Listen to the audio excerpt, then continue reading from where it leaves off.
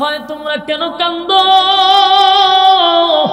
আমার বাবা কই, আমার বাবা কই? 3 দিন ধরে আমার বাবা নাই, গোটা মদিনায় বাবারে দেখি না। আমার হাসান আর হুসাইন 3 দিন ধরে খানা খায় না।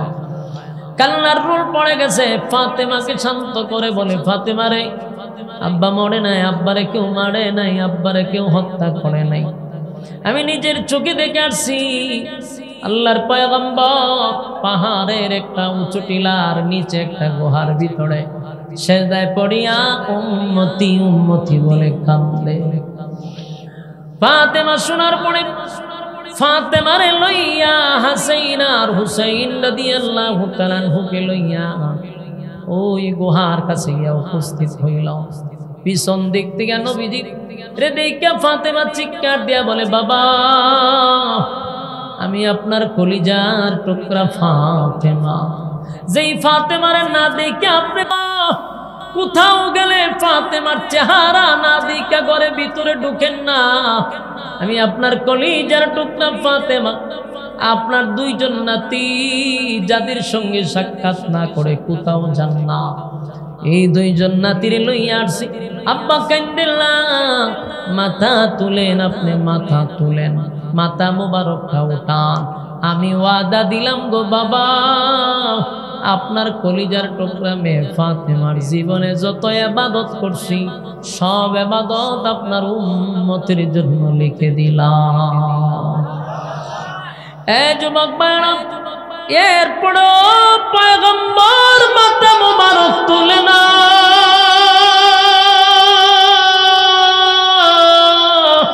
মাথা মুবারক নবী তুলে না। আম্মা জান আয়েশা সহ যারা মদিনায় ছিল সবাই কান্না শুরু করছে, নবী মাথা তুলে না। ফাতেমা হলো নবীর একেবারে কলিজা।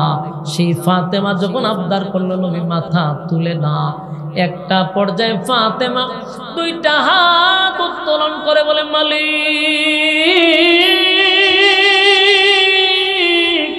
আমার আব্বারে আর কত কান্দাইবা, আর কত আমার আব্বারে কান্দাইবা।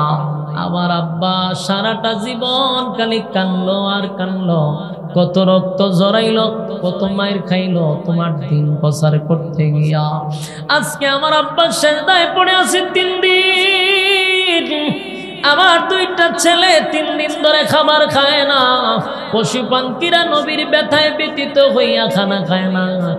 আল্লাহর দরবার 2টা হাত তুলে বলে, মালিক রে, আমি ফাতেমার যত ইবাদত আছে সব ইবাদত তুমি আমার বাবার উম্মত এতিম উম্মতরে দিয়া দাও, তারপর আমার বাবারে তুমি কান্দায়ও না। ফাতেমা যখন কান্না শুরু করছে, আল্লাহ ডাক দিয়া বলে, জিবরাইল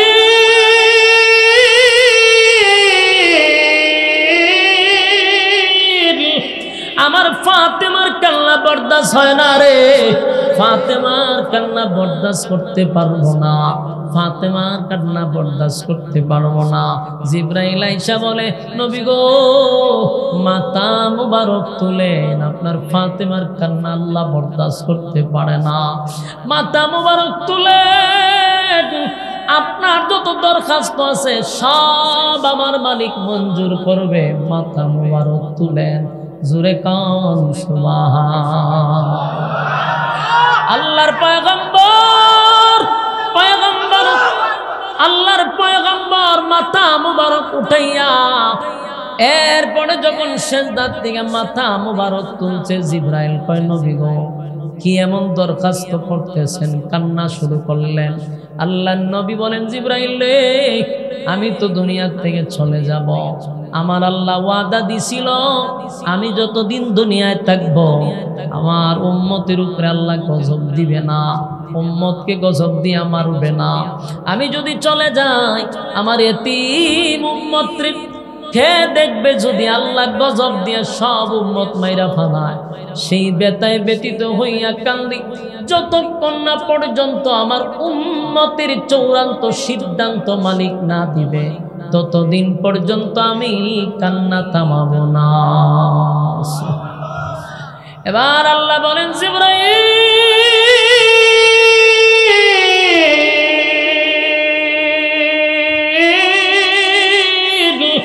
আমার বন্ধুরে জানায়া দাও বন্ধু যেন কান্না না করে। ওয়াদা দিলাম বন্ধুর দরখাস্ত মঞ্জুর করলাম।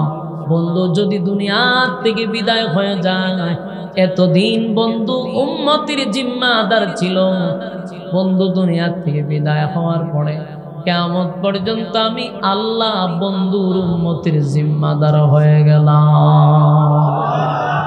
একটা জবান বন্ধ রাখবেন, আল্লাহু আকবার। আর জোরে কোন আল্লাহু আকবার। এই ইমানের আওয়াজ দিয়ে বলেন আল্লাহু আকবার। আমার নবীর কত মায়া, নবীর কত মায়া, নবীর কত মায়া, নবীর কত মায়া। শুধু দুনিয়ায় কাঁদছে এমনটা নয় গো, হাসরের মাঠেও ঠিক উম্মতের জন্য আল্লাহর কাছে কাঁদবে। উম্মতের মাথার মগজ গলে গলে পড়বে, উম্মতের জিহ্বা কুকুরের মতো লম্বা হয়ে গেছে, পানির পিপাসায় কলিজা পেটে গেছে। আল্লাহর নবী সেজদায় পড়ে বলবে, মালিক, নবী হইয়া বরদাস্ত করতে পারি না, নবী হইয়া বরদাস্ত করতে পারি না, এমন দৃশ্য আমি নবী সহ্য করতে পারি না। তোমার নাম না রহমান, তুমি না দয়ার সাগর, তোমার নাম না রহমান, আল্লাহ তোমার মায়া দয়া না বেশি। এই অবস্থায় তুমি মালিক কেমনে বরদাস্ত করো? আল্লাহ নবী যখন কান্না শুরু করে দিবে, আল্লাহ তখন ডাক দিয়া বলবে, হাবিব মাথা মোবারক তুলেন গো, এটা আপনার কান্নার জায়গা না, এটা আপনার কান্নার জায়গা না, কান্নার জায়গা না। নবীজি দুনিয়ায় আপনি কাঁদছেন, দুনিয়ায় আপনি কাঁদছেন, দুনিয়ায় দান দান ভাঙছেন, রক্ত জড়াইছেন, আজকে আপনার কান্নার জায়গা নয়, আজকে প্রতিদানের জায়গা। আমি আজকে আপনাকে শুধু দিতেই থাকবো, দিতেই থাকবো, দিতেই থাকবো, দিতেই থাকবো। সুবহানাল্লাহ। দুনিয়ায় আপনাকে প্রতিদান দিতে পারি নাই। মালিক যখন নিজেই তার বন্ধুরে বলবে, দুনিয়ায় রক্ত জড়াইছেন, বিনিময় আপনি নেন নাই, আজকে আপনাকে বিনিময় দিতেই থাকবো, দিতেই থাকবো। চোখের পানি মুছেন, আমি আপনার সুপারিশ রক্ষা করলাম, আপনার সুপারিশ আমি গ্রহণ করলাম, আমি আপনার দরখাস্তের কারণে বিচারের মাঠ কায়েম করে ফেলব। সেদিন আমার মালিক হলেন বিচারক, মালিক ইয়াউমিদ্দিন। আমার মালিক হবেন হাসরের মাঠে বিচারক, ইনসাফওয়ালা বিচারক। আল্লাহ সেদিন বিচার শুরু করে দিবে। এই বিচার দিয়ে শুরু করবে নবীর দরখাস্তের কারণে। বিচারটা তাড়াতাড়ি হবে, বিচারটা তাড়াতাড়ি হবে। সেদিন শুধু মুমিনের ফায়দা হবে এমনটা না, বেঈমানদের ফায়দা হবে। বেঈমানরাও নবীর সুপারিশের কারণে বিচারটা তাড়াতাড়ি হয়ে গেছে। আল্লাহর পয়গম্বর সেদিন সুপারিশ করার অর্ডার পাবে। এই যুবক ভাইরা, কেউ সুপারিশ করার যোগ্যতা নাই, সেদিন যদি সুপারিশ করে আমার নবী সুপারিশ করার অনুমতি পাবে। সুবহানাল্লাহ। এই নবী সুপারিশ করবে, সুপারিশ করিয়া জান্নাতে নিয়ে যাওয়ার মতো ক্ষমতা আল্লাহ নবীরে দিবে। সেদিন দুইটা দলে ভাগ হবে। একটা দলকে আল্লাহ, প্রথম তিনটা দল হবে, একটা দলকে আল্লাহ এমনিতেই জান্নাত দিবে বিনা হিসাবে, ইল্লা আসহাবাল ইয়ামিন, বিনা হিসাবে আসহাবে ইয়ামিন যারা বিনা হিসাবে জান্নাত দিবে, কোনো হিসাব নাই, লাইনে দাঁড়ানো লাগবে না, এমনি জান্নাত দিবে।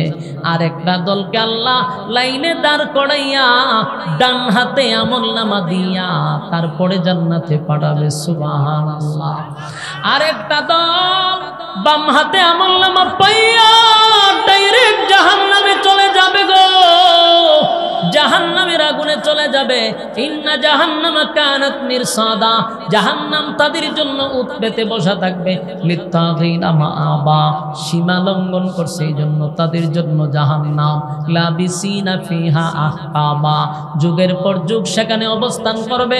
লা ইয়াযুকুনা ফিহা বারদাও ওয়ালা শারাবা, তাদের জন্য কোনো ঠান্ডা পানির ব্যবস্থা করা হবে না, ইল্লা হামিমান ওয়া গাসসাকা, তাদের জন্য বিষাক্ত পানি, রক্ত আর পুষ দেওয়া হবে, যেটা টকবগে জাহান্নামের গরমে গরম করা হবে। আল্লাহ বলেন লাবিসিনা ফিহা আহকাবা লা ইয়াযুকুনা ফিহা বারদাও ওয়ালা শারাবা ইল্লা হামিমান ওয়া গাসসাকা, বিষাক্ত পানি তাদেরকে পান করানো হবে। এই বিষাক্ত পানি পান করার পরে তারাও চিৎকার দিবে, আল্লাহ কি চাইলাম আর কি দিলেন, চাইলাম ঠান্ডা দিলেন এমন গরম। আল্লাহ তখন বলবে জাযাআও মিফাকা, বান্দারে এটা তোর কৃতকর্মের পূর্ণ ফল, এটা তোর কৃতকর্মের পূর্ণ ফল। দুনিয়ায় তোরে পাঠাইছিলাম জান্নাতের কাগজপত্র কনফার্ম করার জন্য। দুনিয়া ক্ষণস্থায়ী ক্ষণস্থায়ী ক্ষণস্থায়ী, কিছুদিনের জন্য পাঠাইছিলাম, কিন্তু তুই তো কাগজপত্র বাদ দিয়া দুনিয়ার রং তামসায় পড়ে গেলি, দুনিয়ায় টেন্ডারবাজি শুরু করলি, দুনিয়ায় ক্ষমতা দেখানো শুরু করলি, দুনিয়ায় সুদ খাওয়া শুরু করলি, দুনিয়ায় ঘুষ খাওয়া শুরু করলি, দুনিয়ায় নর্তকী নাচানো শুরু করলি। আমি তোরে এই জন্য দুনিয়া নামক জায়গায় পাঠাই নাই, দুনিয়ায় পাঠাইছিলাম জান্নাতটা তোর নামে লিখে নেওয়ার জন্য। আল্লাহ কয় আমি কি মনে করছ অনর্থক পাঠাইছি? না, অনর্থক পাঠাই নাই। আপা হাসিবতুম আন্নামা খালাকনাকুম আবাসাও ওয়া আন্নাকুম ইলাইনা লা তুরজাউন। অনর্থক পাঠাই নাই, অকারণে পাঠাই নাই, নিষ্প্রয়োজনে পাঠাই নাই। আল্লাহ বলেন ওয়ামা খালাকতুল জিন্না ওয়াল ইনসা ইল্লা লিয়াবুদুন। মানব আর দানব দুইটা জাতিরে পাঠাইছি শুধুমাত্র কেবলমাত্র আমি আল্লাহর গোলামির জন্য, গোলামির জন্য, গোলামির জন্য। গোলামি করলি না, দুনিয়া নামক পরীক্ষার হলে পাঠাইলাম পরীক্ষা দেওয়ার জন্য, পরীক্ষা দিলি না, মন গড়া জিন্দিগি চালাইলি, যেমনে মনে চাই এমনে চললি। বান্দারে মনে করছ আমি তোদেরকে ছেড়ে দিব? না বন্দা, ছেড়ে দিব না। আমি কাউকে ছেড়ে দেই না, আমি ছাড় দেই কিন্তু ছেড়ে দেই না। কথা কই আল্লাহ কি কাউরে ছেড়ে দিছে? ফেরাউন্নারে ছাড়ছে, নমরুদ্দারে ছাড়ছে, সাজ্জাদারে, ওয়াংশাং সুচিরে, শেখ হাসিনারে কেউ রে ছেড়ে দিছে? কেউ রে ছেড়ে দেয় নাই, বরং ছাড় দিছে। কথা হয় না? যখন বিডিআর রে মারছে তখনও ছাড় দিছে, যখন হেফাজত রে মারছে তখনও ছাড় দিছে, যখন জায়গায় জায়গায় মানুষ হত্যা করছে তখন আল্লাহর ডিল দিছে ভালোই জায়গা। হয় না 41 সাল 24 সালে থেকে কয় 41 সাল, হেফাজত মাইরা কয় 41 সাল, বিডিআর মাইরা কয় 41 সাল, যখন যারে মারে খালি 41 সালের যারা দেয়। কথা কন ঠিক? আল্লাহ কয় 41 সাল 41 সাল করছ, কিন্তু 24 সালের ফাঁসি আগত জুতা রেডি রাখছি। বাস্তব না বাস্তব? আল্লাহ কয় অতীত কাউরে ছেড়ে দেই নাই, বর্তমানেও ছাড়ব না। আমি ছাড় দেই কিন্তু ছাইরা দেই না। কথা কয় সবগুলোরে শেষ করছি। এখন আমরা যারা আছি, আবার যারা ক্ষমতায় বসবে, তারা যদি আম্মার থেকে না শিখে, তারা যদি আম্মার থেকে না শিখে, তাহলে বলুন এই জুতা কি থামবো? এই জুতা কিয়ামত পর্যন্ত চলবে। কথা হয় না? এই জন্য এখন থেকে শিক্ষা গ্রহণ করার দরকার আছে না? শিক্ষা গ্রহণ না করলে সামনে কিন্তু এই জুতা রেডি থাকবে। সাবধান, শিক্ষা গ্রহণ করো। وأشهد أن سيدنا وسندنا وحبيبنا ومولانا محمدا عبد الله ورسوله أرسله بالحق بشيرا ونذيرا وداعيا إلى الله بإذنه وسراجا منيرا.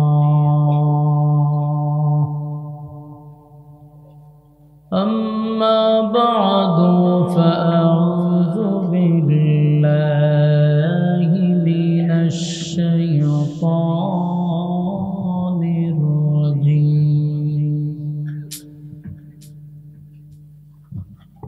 বিসমিল্লাহির রহমানির রহিম। মাইক মনে গ্রামের ওই না মাহফিলের ক্ষেত্রে স্বজন প্রীতি দেখান কেন? হ্যাঁ, যেভাবে শ্বাস টানে আধা ঘন্টা ওয়াজ করলে যে মাটি ঘাটার মতো কষ্ট। হ্যাঁ, মাহফিল পড়াইবেন, মাইকের ব্যাপারে গুরুত্ব রাখবেন না। যে যদি বাবা শ্বাস টানে আমি বয়ান সালাম কেমন?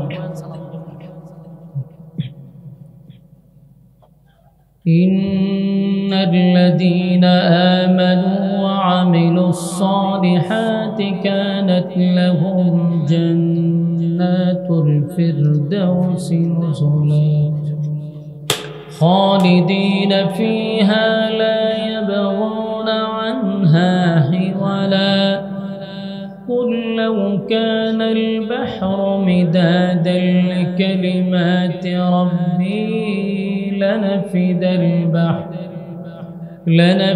البحر قبل أن تنفد كلمات ربي ولو جئنا بمثله مددا قل إنما أنا بشر مثلكم يوحى إلي أنما إلهكم إله واحد قل لو كان البحر مدادا لكلمات ربي لنفد البحر قبل أن تنفد كلمات ربي ولو جئنا بمثله مددا صدق الله العظيم وصدق رسوله النبي الكريم ونحن على ذلك من الشاهدين والشاكرين والحمد لله رب العالمين درود شريف পড়েন اللهم صل على মাইরা লাইছেন তো আমার হ্যাঁ কে রাইছেন কোনছেন আমরা অন্য করতেন আমার সময় কে রাইছেন আমার মাহফিল কইরা তো ব্যবসা লাল বাতি জ্বালাবেন اللهم صل على محمد وعلى آل محمد كما صليت على إبراهيم وعلى آل إبراهيم إنك حميد مجيد اللهم بارك على محمد وعلى آل محمد كما باركت على وعلى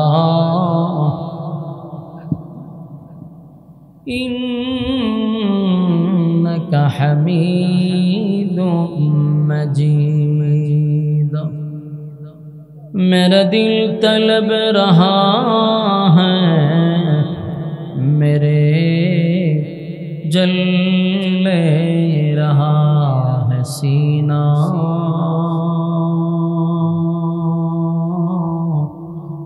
ए दवा वही मिलेंगी मुझे ले चलो मदीना बलगल उला बिकमालिही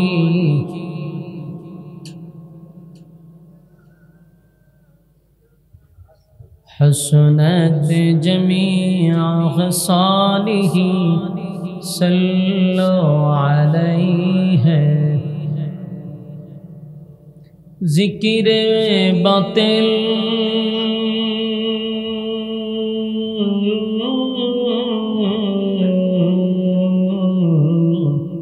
को हटा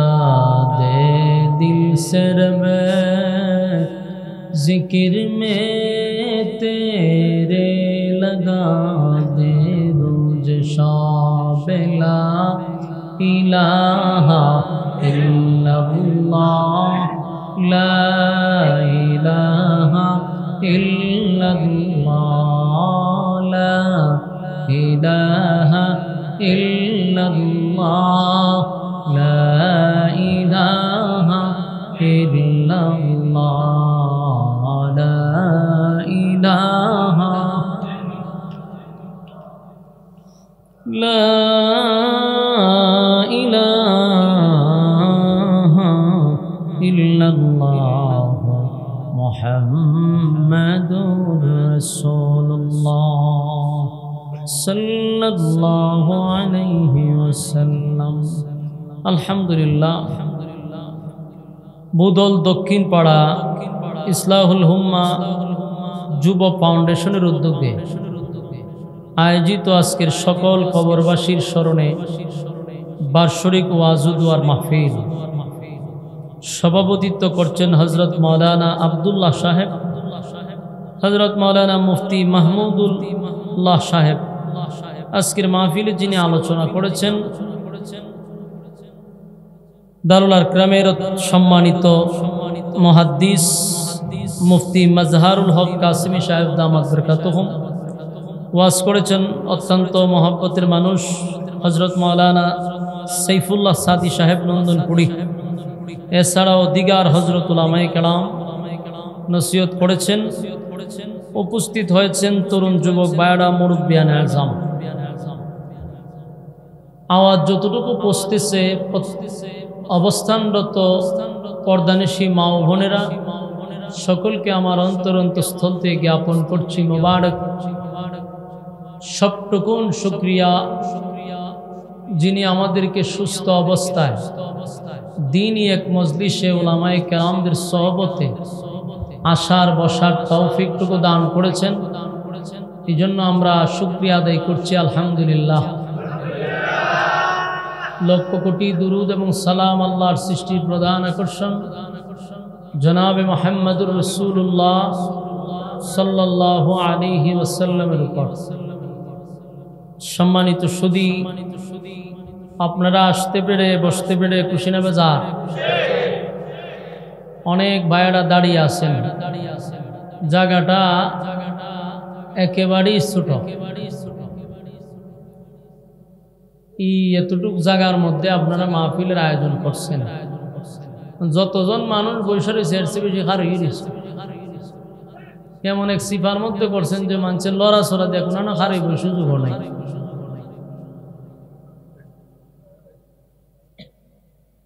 এরপরও আপনারা আগ্রহের সহিত বসা।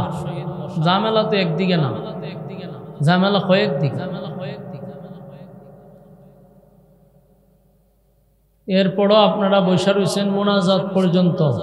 যতটুকুই আলোচনা হয় মোনাজাত পর্যন্ত তাহার নিয়ত আছেন আপনারা? কারা কারা মোনাজাত পর্যন্ত থাকবেন হাত তুলেন তো দেখি। অনেকে তুলছেন না এখনো। আমি উফরে বইয়া রয়েছি তো এলে সব দেখি। এবার ফাক্কা নিয়ত করেন বলে মোনাজাত পর্যন্ত থাকবো। হ্যাঁ আতলামায় না ফাক্কা নিয়ত করে লামা বলে মোনাজাত পর্যন্ত নিয়ত করছে। আতলামা কিন্তু ওয়াদা করছেন। আর ওয়াদা বরখেলাপ করা কিসের খাস?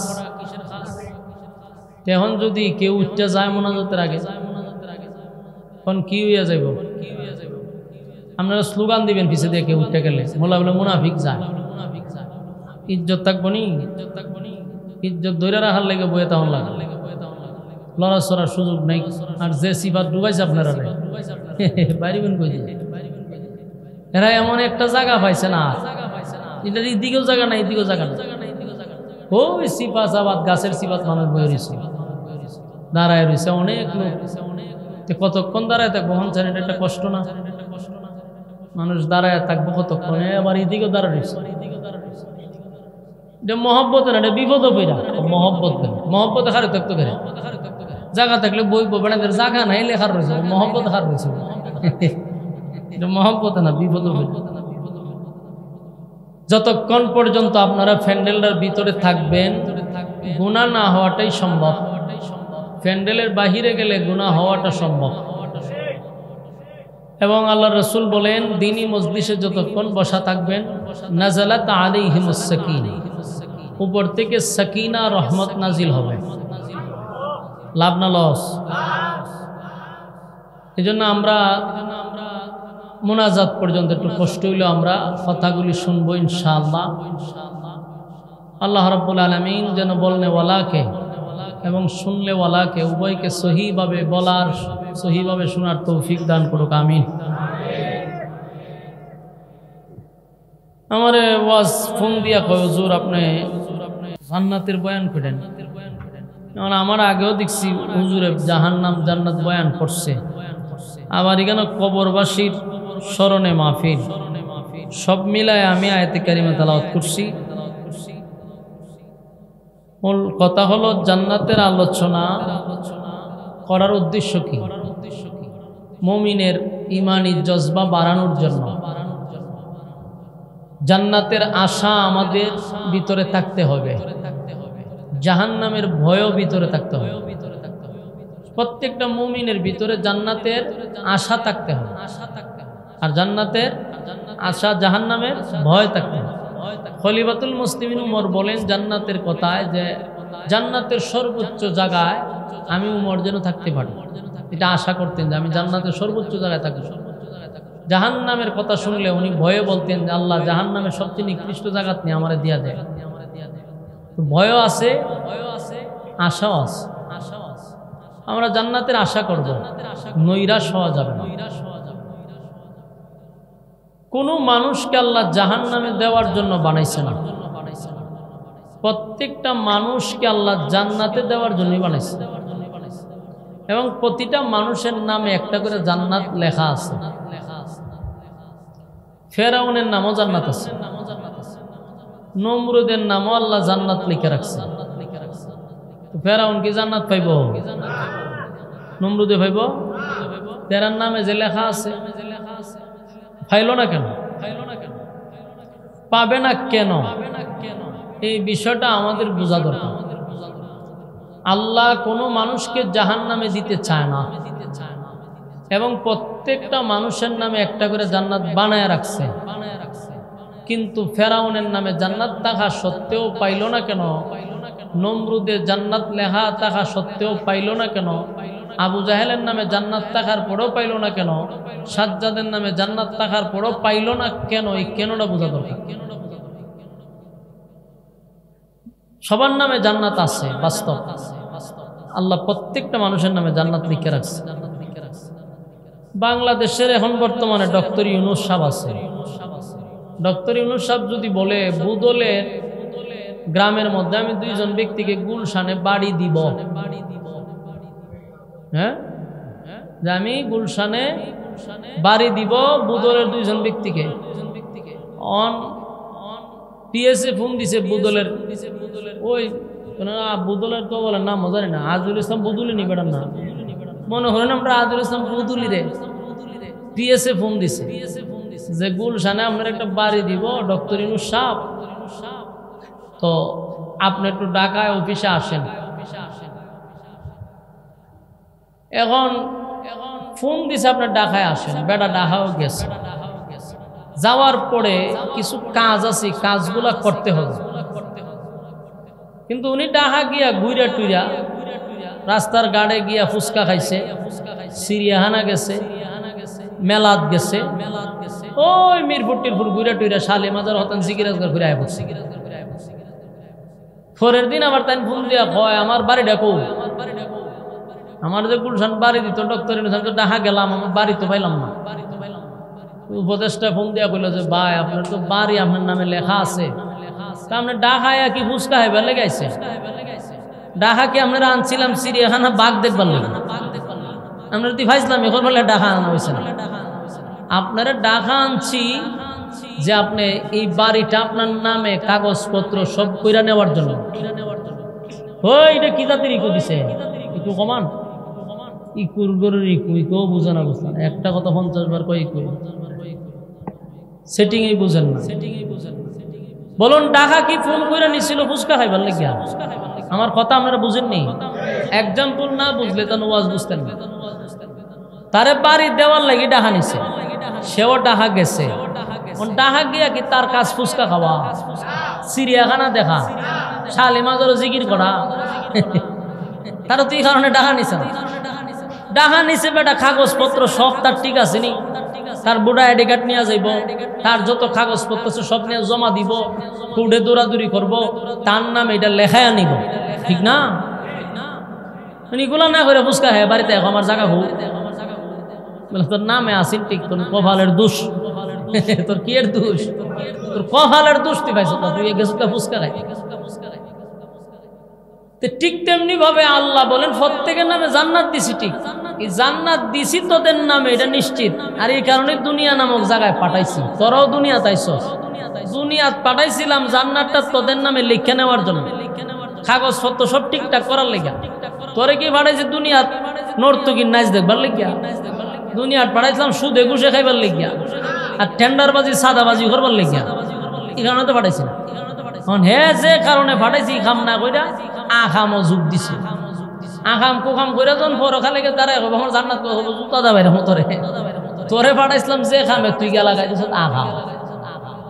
ঠিক বিষয়টা এরকম। আল্লাহ প্রত্যেকের নামে জান্নাত লিখে দিয়েছে। দুনিয়া নামে কি ক্ষণস্থায়ী জায়গা পাঠানোর উদ্দেশ্য হইল জান্নাতটা তোমার নামে সমস্ত কাগজপত্র কইরা নেওয়ার দায়িত্ব তোমার। লিখে তো আল্লাহ দিছে, এটা আপনার নামে করতেন না। কথা হয় আপনারা, আমার আওয়াজ শোনা যায়নি? হ্যাঁ, শোনা গেলে এরপরে আপনার মুখ বন্ধ করে রাখছে। মাঝে মধ্যে একটু হানা কইলে আমার কথা বলার উৎসাহ আগ্রহ বাড়ব। একটু কথা কইয়া। দুনিয়াতে আল্লাহ পাঠাইছে কি আমরা খাইবার লাগিয়া, ঘুমাইবার লাগিয়া? আমরা তো পাঠাইছে জান্নাতটা চিরস্থায়ী করে নেওয়ার জন্য নিজের নামে। কিন্তু আমরা এগুলো বাদ দিয়া জান্নাত যে আমরা নামে আল্লাহ দিছে এটা লিখে নিতে এই সাইডেই নাই। আখামও লাগছে, আখাম শেষ। আপনারা ডাহাত থেকে ভাড়াই দিছে টিকিট দিয়া বাউনবাড়িয়া। আখাম শেষ, টিকিট কেটে ফরখালে গেছেন না। অনেক উঠতেছে এখন আমার জান্নাত তো, জান্নাত তো তোর নামে লেখতার না, রেজিস্ট্রি হয়েছে না, কাগজপত্র ঠিক নাই একটাও। তখন আর এই জান্নাত আমার নামে দেওয়া হয়েছিল কিন্তু কাগজপত্র তো আমার নামে না, এখন আর জান্নাত আমি পাবো না। বিষয়টাকে ঠিক এরকম। জান্নাত হলো চিরস্থায়ী একটা জায়গা, আর দুনিয়া হইল ক্ষণস্থায়ী জায়গা। বলুন চিরস্থায়ী কোনটা? একটু আওয়াজ দেয়া কইন। হ্যাঁ, আর ক্ষণস্থায়ী দুনিয়া। চিরস্থায়ী জান্নাত আমাদেরকে দিবে, চিরস্থায়ী জান্নাত দিবে যেটার শুরু আছে শেষ নাই। এত বিশাল জান্নাত, একেবারে সর্বনিম্ন একটা জান্নাত যেটা এটাই এই পৃথিবীর 10টা পৃথিবীর সমান। আর এই রাজত্ব পাওয়ার পরে আপনার আর মরণ টরণ নাই, শুরু আছে কিন্তু শেষ নাই। এত বড় জান্নাত আপনি পাইবেন, এটা কাগজপত্র কইরা নেওয়া দরকার না। এই কাগজপত্র কইরা নেওয়ার জন্য এই ক্ষণস্থায়ী কিছুদিনের জন্য দুনিয়ায় পাঠাইছে। দুনিয়ার 60-70 বছরের যে হায়াতটা, এটা ওই পরকালের হিসাবে এই কয়েক মিনিট। আমরা তো দেখতেছি অনেক বছর আমরা থাকতেছি, বড় হয়েছি, দাঁড়িয়ে থাকতেছে। পরকালের হিসাবে আমরা কয়েক মিনিটের লেফাড়েছি কাগজটি করে লইয়া। কিন্তু এই কাগজ করতে গিয়ে আমরা অফিসে আসে, আমরা গেছি ফুচকা খাইতাম, আমরা গেছি ওই বাঘ ভাল্লুকের নাচ দেখতাম। সময় শেষ, চিড়িয়াখানাতে আমরা সময় শেষ হয়ে গেছে, কোর্টে যাইবার সময় হয়েছে না, আল্লাহ ভাড়াই দিছে শেষ। এই জন্য জান্নাত এটা চিরস্থায়ী জায়গা, সেটা দলিল করার জন্যই দুনিয়া নামক ক্ষণস্থায়ী জায়গা পাঠাইছে। এখানে আমরা বেশি সময় থাকবো না, চলে যেতে হবে। মানুষ চলে যাওয়ার পরে কবরের জগৎ তো অনেক বছর থাকতে হবে। কবরের জগৎ শেষ, হাসরের জগৎ শুরু হবে। ইসরাফিল আলাইহিস সালাতু ওয়াস সালাম সিংহায় ফুঁক দিলে তো তামাম পৃথিবী ধ্বংস হবে। ইজা জুলজিলাতিল আরদু জিলজালা, জমিনের মধ্যে একটা জালজালা শুরু হবে, জমিন তছনছ হয়ে যাবে। তো পরবর্তীতে আবার সিংহায় ফুঁক দিব, তখন এই ফুকে মানুষ আবার উঠতে দাঁড়াবে। প্রথম ফুকে শেষ, দ্বিতীয় ফুকে মানুষ একটা দাঁড়াবে।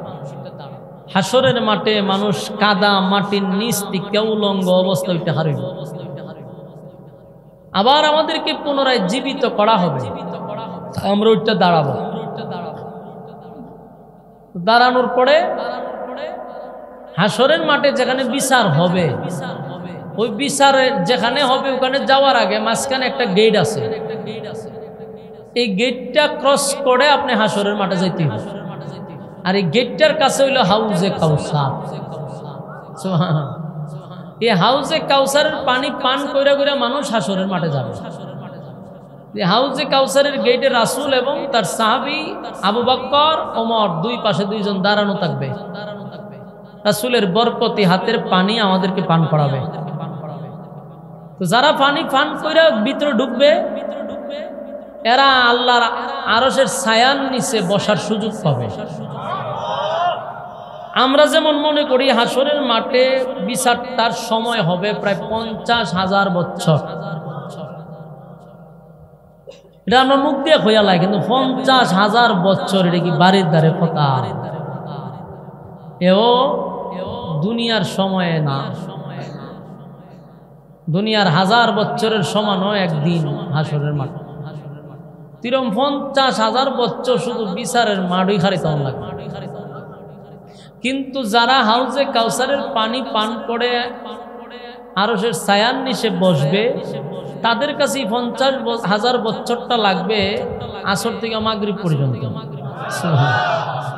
সময় যাবে, হইতে পারত।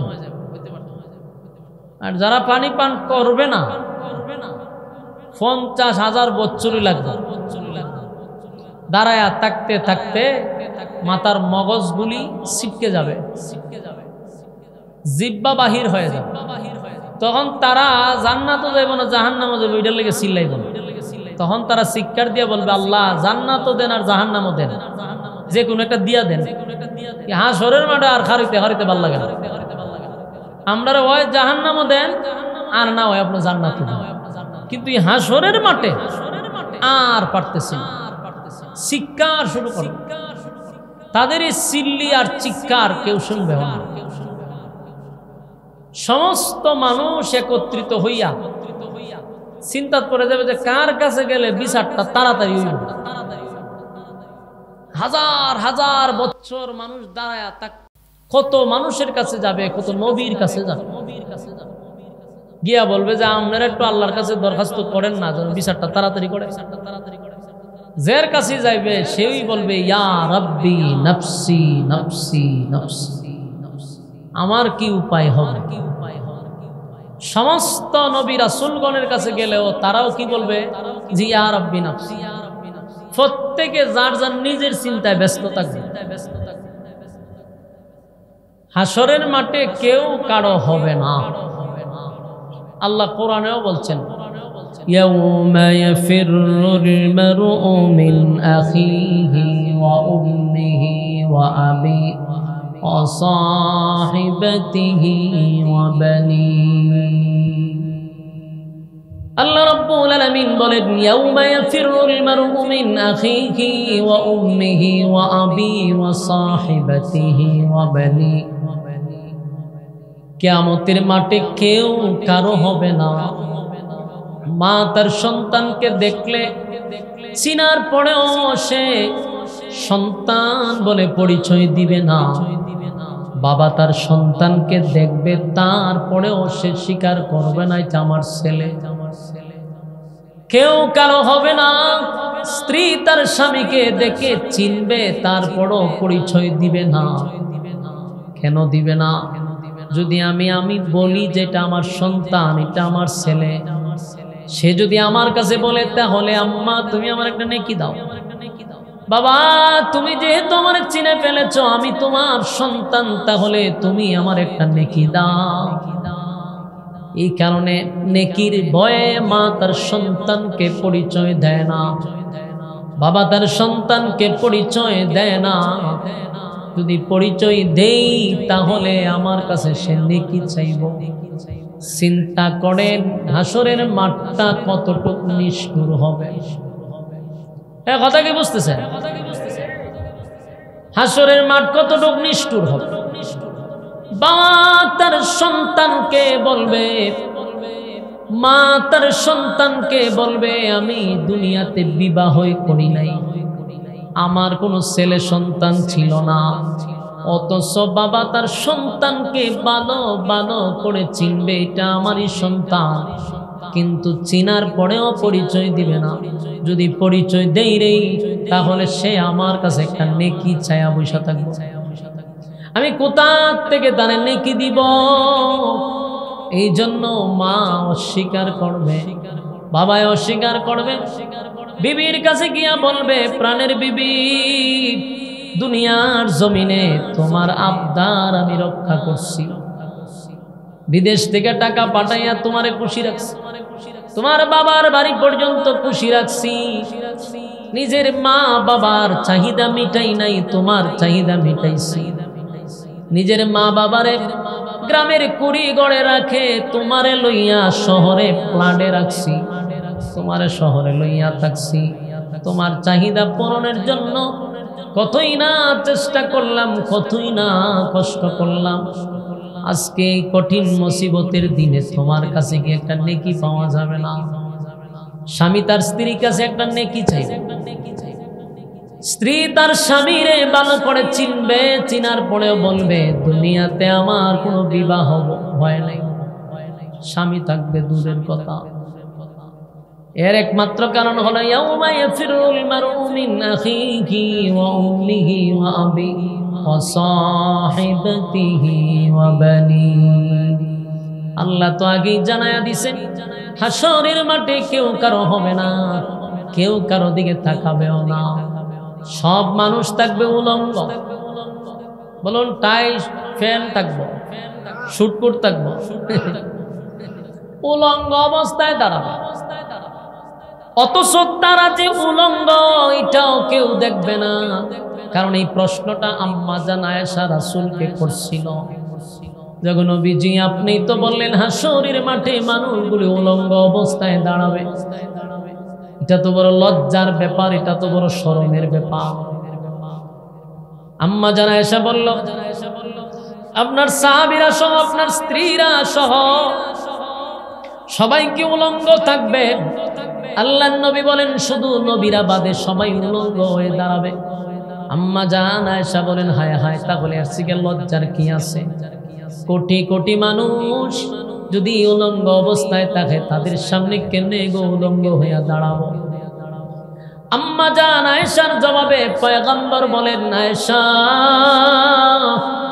এটা দুনিয়া নয়, দুনিয়া নয়, পরকালের হাসরের মাঠে কোটি কোটি কোটি কোটি হাজার কোটি লক্ষ কোটি মানুষ যখন দাঁড়াবে উলঙ্গ অবস্থায়, এমন একটা ভয়ানক পরিস্থিতিতে মানুষ থাকবে, তার 50,000 বছরের ভিতরে একবারও স্মরণ হবে না সে কি কাপড় পরায় আছে না উলঙ্গ অবস্থায় আছে।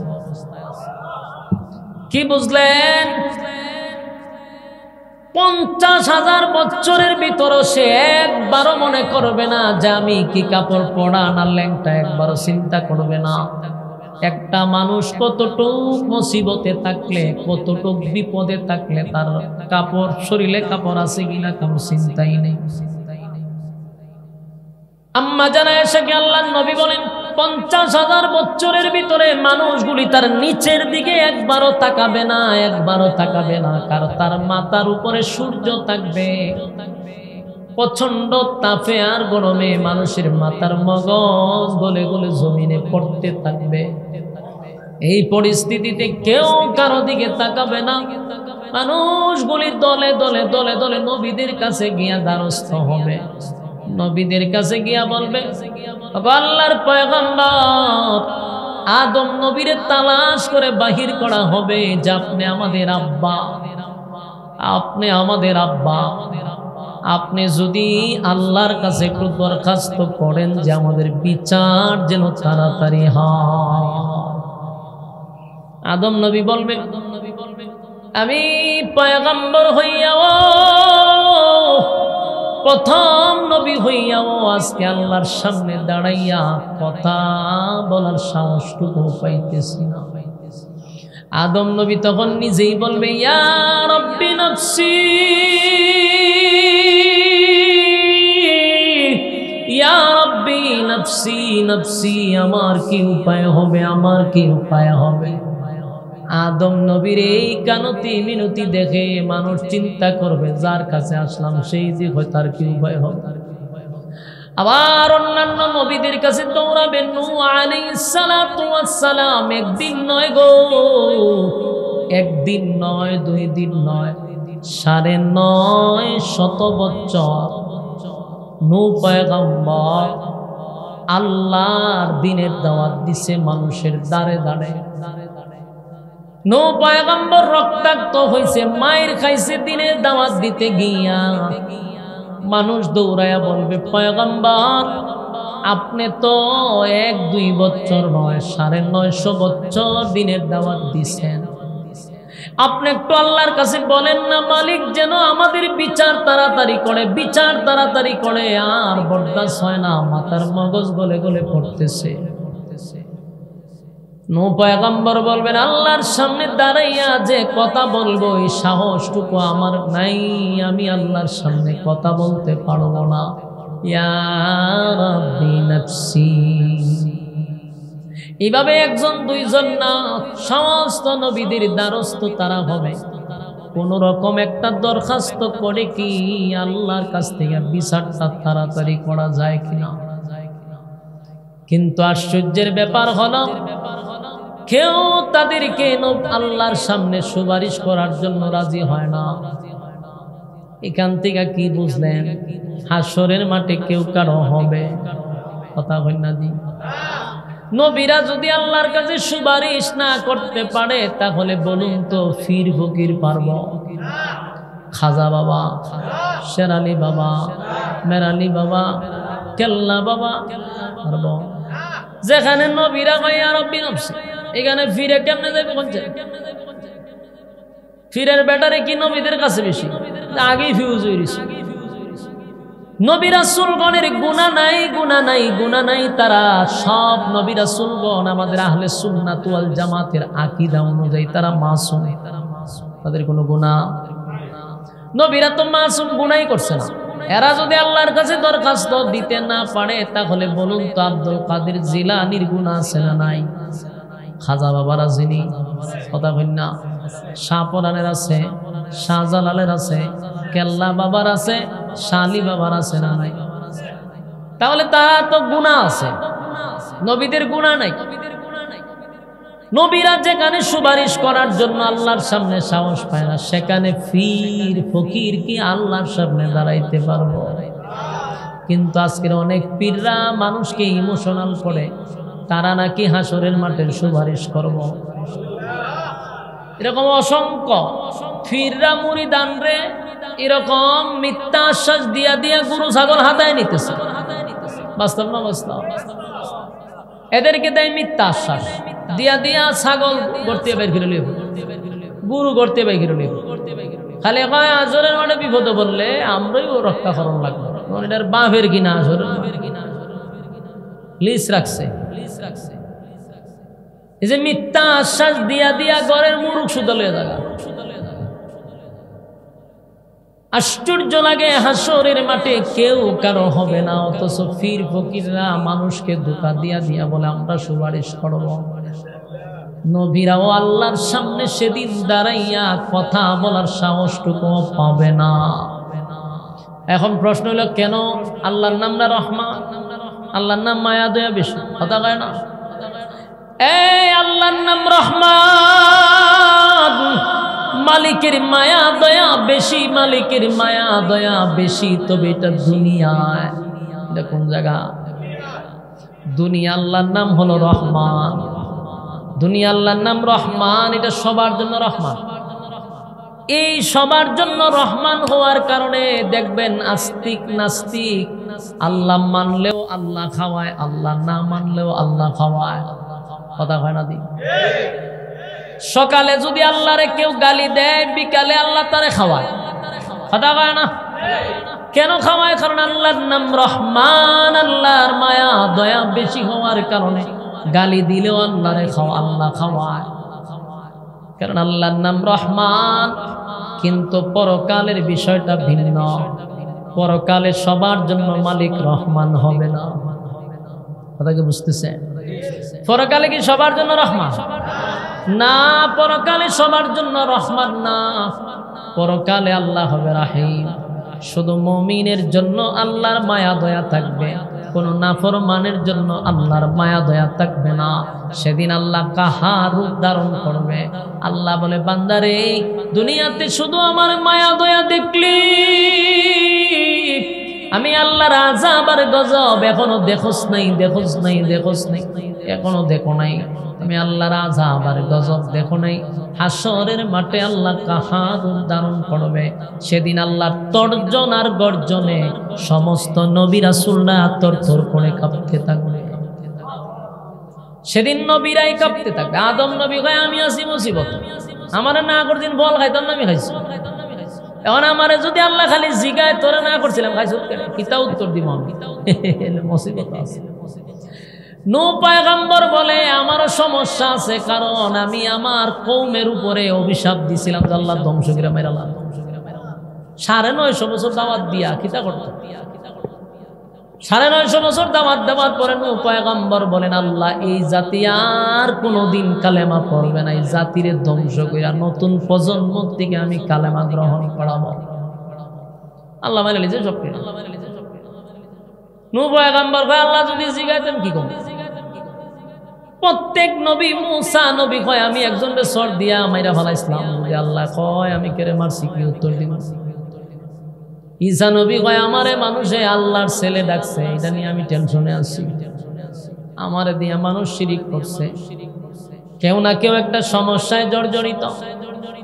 মানুষ দিশেহারা হয়ে যাবে, কার কাছে গেলে রে বিচারটা তাড়াতাড়ি হবে। শেষে আমাদের পয়গম্বরকে তালাশ করা শুরু করবে। সমস্ত নবী কুলের সম্রাট নবী মুহাম্মদুর রাসূলুল্লাহ সাল্লাল্লাহু আলাইহি ওয়াসাল্লাম আমার নবীকে তালাশ করবে। গিয়া দেখবে আল্লাহর পয়গম্বর সিজদায় পড়ে আছে। সব মানুষ নবীর কাছে গিয়া বলবে, আল্লাহর পয়গম্বর আদম নবীর থেকে নিয়ে ঈসা রূহুল্লাহ পর্যন্ত সব নবীদের কাছে আমরা গেছি, কেউ আল্লাহর কাছে আমাদের জন্য দরখাস্ত করে না। আপনি নবীর কাছে আসছি গো নবী, তাকায়া দেখেন আমাদের মাথার মগজ গলে গলে গলে গলে জমিনে পড়তেছে, আর বরদাস্ত করতে পারি না গো নবী, আর সহ্য করতে পারি না। একটু আল্লাহর কাছে বলেন না, মালিক যেন বিচার তাড়াতাড়ি করে, বিচার তাড়াতাড়ি করে। আল্লাহর নবী যখন উম্মতের এই অবস্থা দেখবে, পয়গম্বর চিৎকার দিয়া সিজদায় পড়ে যাবে। সিজদায় পড়িয়া বলবে, মালিক নবী হইয়া উম্মতের করুণ দৃশ্য আমি দেখা বরদাস্ত করতে পারতেছি না। আল্লাহ আমার উম্মতের মাথার মগজ গলে গলে জমিনে পড়ে জিহ্বাটা বাহির হয়ে গেছে। আল্লাহ আমি নবী হইয়া কেমনে গো বরদাস্ত করব? আমি নিজেই বরদাস্ত করতে পারি না। তুমি রহমান রহিম হইয়া কেমনে এমন দৃশ্য বরদাস্ত করো? আল্লাহর নবী সিজদায় পড়ে এমন কান্না শুরু করবে, এমন কান্না শুরু করবে। নবী এত প্রশংসা আল্লাহর করবে, এত প্রশংসা আল্লাহর করবে। প্রশংসা করতে করতে করতে আল্লাহর রাগ গুসা সব পানি করে ফেলবে। এখানে একটা বিষয় খেয়াল করে দেখেন, সর্বশেষে কিন্তু আমাদের নবী ছাড়া বিকল্প কোনো রাস্তা আমাদের কাছে নাই। সুবহানাল্লাহ। সব শেষে আমাদের নবী ছাড়া দরখাস্ত দেওয়ার কোনো সিস্টেম নেই। এই নবীর কত মায়া! নবী শুধু হাসরের মাঠে আমাদের জন্য দরখাস্ত করবে এমনটা নয়। নবী দুনিয়াতে আইসা উম্মতের জন্য দোয়া করছেন। যেদিন নবী দুনিয়ার জমিনে পদার্পণ করছে, আম্মা জান আমেনা গর্ভের থেকে যখন দুনিয়ায় আসছে, সেদিনও কচি কচি দুইটা হাত দিয়া নবজাতক শিশু আল্লাহর কাছে দোয়া করে, আয়া রব্বি হাবলি উম্মতি। সুবহানাল্লাহ। আসার সাথে সাথে উম্মত নিয়ে চিন্তা, দুনিয়ায় থাকা অবস্থায় উম্মতের চূড়ান্ত সিদ্ধান্ত না হওয়া পর্যন্ত নবী দুনিয়া তো সেজদায় পড়ে কাঁদছে। সুবহানাল্লাহ। আল্লাহ নবী মাঝে মধ্যে উম্মতের জন্য এমন কান্না কাঁদতেন, এমন লম্বা সেজদা দিতেন। একবার নবী মদিনার মধ্যে 3 দিন ধরে আমার নবীর খোঁজ পাওয়া যায় না। গোটা মদিনায় সাহাবায়ে কেরাম পাগল হয়ে গেছে, কোথাও নবীরে পাওয়া যায় না গো। গোটা মদিনায় কান্নার রোল পড়ে গেছে, কান্নার রোল পড়ে গেছে। আমার নবী নাই, নবী নাই, নবী নাই, কান্নার রোল পড়ে গেছে। ওইদিকে ফাতেমা, হাসাইন আর হুসাইন রাদিয়াল্লাহু তাআলা নানার চিন্তায় চিন্তিত হইয়া 3 দিন ধরে মুখে কোনো খাবার নেয় না, কান্নার রোল পড়ে গেছে, নবী নাই। সাহাবায়ে কেরাম চতুর্দিকে নবীর তালাশে পাগল পাগল হইয়া তালাশ করে, নবী নাই রে, নবী নাই। আবু বকর নবীরে তালাশ করে, খলিফাতুল মুসলিমিন উমর নবীরে তালাশ করে, কোথাও আমার নবীরে পাওয়া যায় না। একটা সময় হযরত ওমর, হযরত আলী পাগল পাগল হইয়া নবীরে যখন তালাশ করতে লাগলো, একটা পাহাড়ের উঁচু টিলার দিকে নেমে আবার নিচের দিকে নেমে একটা গুহার সামনে গিয়া দেখে একটা রাখাল কতগুলা উট ভেড়া বকরি নিয়া দাঁড়ায় আছে। আলী রাদিয়াল্লাহু তাআলা জিজ্ঞাসা করে, রাখাল তুমি কি আমার নবী মুহাম্মদ রে দেখছো? আমার নবীরে কি তুমি দেখছো? রাখাল বলে, আমি তো নবীরে কোনোদিন দেখি নাই, আমি নবীরে দেখি নাই। তুমি তাদের সিমটম বলে আমি বলে দিই। বলে, দেখতে অনেক সুন্দর, খালি কান্দে, উম্মতির মায়ায় কান্দে, এমন কোন মানুষ কি তোমার চোখে পড়ছে? বলে, আমি জানি না, আমি তোমাদের নবীরে কোনোদিন দেখিও নাই, তবে আমারে তোমরা বিপদ থেকে উদ্ধার করো, আমি রাখাল বড় মুসিবতের মধ্যে আছি। আলী ভাই, আমরা আছি মুসিবতে, নবীরে ভাই না 3 দিন ধরে পাগল পাগল হইয়া গোটা মদিনায় কান্নার রোল পড়ে গেছে। ছোট ছোট বাচ্চারা পর্যন্ত খানা ফিনা ছেড়ে দিছে।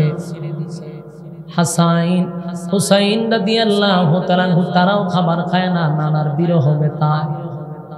ফাতেমা পাগলের মতো হয়ে গেছে, নবী নাই, নবী নাই, গোটা মদিনায় পাগল হয়ে গেছে। মানুষ যেদিকে যায়, নবী কই রে, নবী কই, নবী কই। আর রাখাল কয়, আমি মুসিবতে পড়ছি, আমারে উদ্ধার করো, আমি বড় বিপদে আছি। সাহাবী হযরত আলী বলেন, হে রাখাল, আমরা পাগল পাড়া হয়ে গেছি, আমার নবীর সন্ধানে আমরা নিজেরাই পাগল হয়ে গেছি, আমার নবীরে তুই আবার এই পাহাড়ের ভিতরে কি মুসিবতে আছো আমারে কও। রাখাল বলে, ভাই, এই জঙ্গলে আমি প্রতিদিন আইসা আমি বেড়া বকরি ছড়াই, উট বেড়া বকরি আমি চড়াই, কিন্তু আজকে 3 দিন ধরে আমার বেড়া বকরি গুলা গাছের মধ্যে মুখ লাগায় না। ওই গুহার দিকে তাকাইয়া আমার বেড়া বকরি গুলার চোখ দিয়া পানি পড়ে, একটা বারের জন্য গাছে মুখ লাগায় না। আমি এখন এত চিন্তায় আছি, যদি এইভাবে থাকতে থাকে আমার বেড়া বকরি মারা গেলে মালিক আমারে হত্যা করবে। এই বেড়া বকরি গান দিয়ে নিতেও পারি না, তারা খায়ও না, আমারে বাঁচাও। আলী কয়, ঘটনা বেড়া বকরি গুলা কেন গাছে মুখ লাগায় না আর কেন কান্দে? বলে, ওই গুহার ভিতরে একটা লোক 3 দিন ধরে কান্না শুরু করছে, তার বেতায় ব্যতীত হইয়া উট বেড়া বকরি পর্যন্ত কান্না শুরু করছে। আমার বেড়া বকরি গাছে মুখ লাগায় না। হযরত আলী বলেন, যার বিরহ বেতায় বেড়া বকরি কান্দে, গাছে মুখ লাগায় না, যার কান্নায় যার বেতায় ব্যতীত হইয়া পশু পাখিরাও কান্দে, উনি আমার নবী ছাড়া আর কেউ হবে না।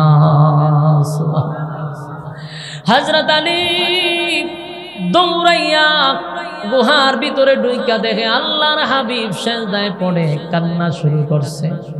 ইয়া রাব্বি হাবলি উম্মতি, সুবহানাল্লাহ। আর জোরে কোন আল্লাহু আকবার, আর জোরে কোন আল্লাহু আকবার। ঈমানের আওয়াজ দিয়া বলেন আল্লাহু আকবার। আমার নবীর কত মায়া, 3 দিন ধরে উম্মতের দরদি হইয়া নবী গুহার ভিতরে পইরা কাঁদলে। আল্লাহর নবী বলেন, কান্না শুরু করছে। হযরত আলী পিছনের দিকে দাঁড়ায়া বলে, ওগো নবীজি, 3 দিন ধরে মক্কাতে আপনারে তালাশ করি, মদিনায় তালাশ করছি, গোটা এলাকা তন্ন তন্ন করে আপনারে তালাশ করলাম। গোটা মদিনার ছোট ছোট বাচ্চারা পর্যন্ত খাবার ছেড়ে দিছে, এই পাহাড়ের বেড়া বকরি খাবার ছেড়ে দিছে আপনার ব্যথায় ব্যতীত হইয়া। মদিনায় আপনার খবর পাওয়া যায় না। আপনি কেন কান্দেন? উম্মতের জন্য আপনি কান্দেন না। আমি আলীর জীবনের যত ইবাদত আছে সব ইবাদত আপনার উম্মতের জন্য বরাদ্দ করে দিলাম। এরপর নবী মাথা মুবারক তুলে না। হযরত ওমর বলে, নবী গো, আমি জাহেল ছিলাম, কিন্তু কালেমা পড়ার পরে আজকে আমারে আল্লাহ সম্মানী বানাইছে। আমার জীবনে কালেমা পড়ার পরে যত ইবাদত বন্দেগী করছি সব ইবাদত যেন আল্লাহ আপনার উম্মতের মধ্যে বন্টন করে দেয়। এরপর আপনি মাথা মুবারক তুলেন গো নবী, মাথা মুবারক তুলেন। আল্লাহর নবী এরপর মাথা মুবারক তুলে না। এরপর নবী সুজা হইয়া দাঁড়ায় না। আলীও কান্দে, উমরও কান্দে, রাকালও কান্দে, বেড়া বকরি কান্দে। একটা পর্যায়ে আলী বলে, হবে না নবী, মাথা মুবারক তুলবে না, চলো। দৌড়াইয়া আবার মদিনায় গেল।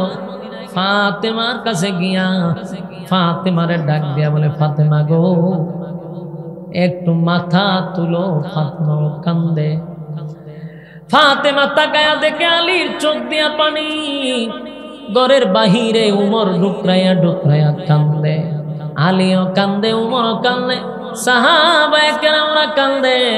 ফাতেমা আলীকে জড়ায়া ধইরা বলে, প্রাণের স্বামী হে, তুমিও কান্দো, বাহিরে উমরও কান্দে।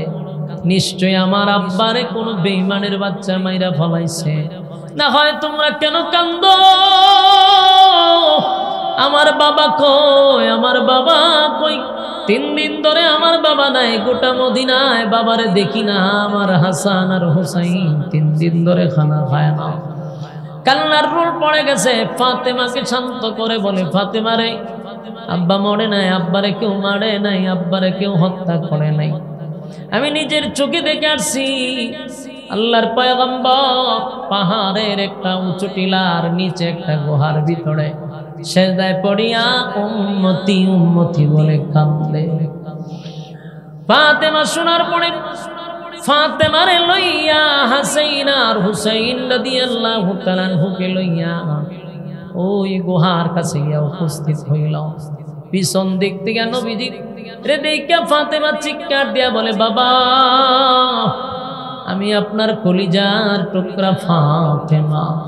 যেই ফাতেমারে না দেখে আপনি কোথাও গেলে ফাতেমার চেহারা না দেখে ঘরে ভিতরে ঢুকেন না।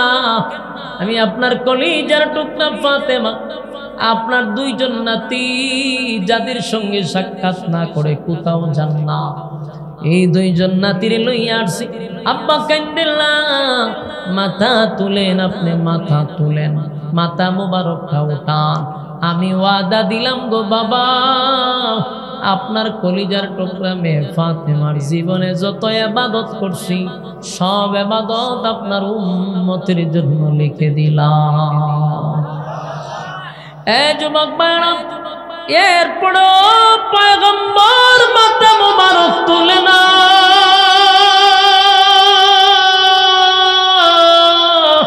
মাথা মুবারক নবী তুলে না।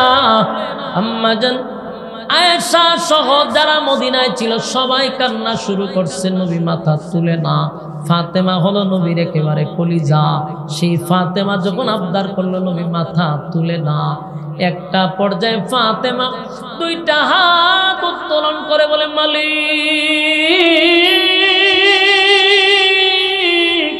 আমার আব্বারে আর কত কান্দাইবা, আর কত আমার আব্বারে কান্দাইবা। আমার আব্বা সারাটা জীবন খালি কানলো আর কানলো, কত রক্ত জড়াইলো, কত মায়ের খাইলো তোমার দিন প্রচার করতে গিয়া। আজকে আমার আব্বা সেজদায় পড়ে আছে 3 দিন, আমার দুইটা ছেলে 3 দিন ধরে খাবার খায় না, পশু পাখিরা নবীর ব্যথায় ব্যতীত হইয়া খানা খায় না। আল্লাহর দরবার দুইটা হাত তুলে বলে, মালিক রে, আমি ফাতেমার যত ইবাদত আছে সব ইবাদত তুমি আমার বাবার উম্মত এতিম উম্মতরে দিয়া দাও, তারপর আমার বাবারে তুমি কান্দায়ও না।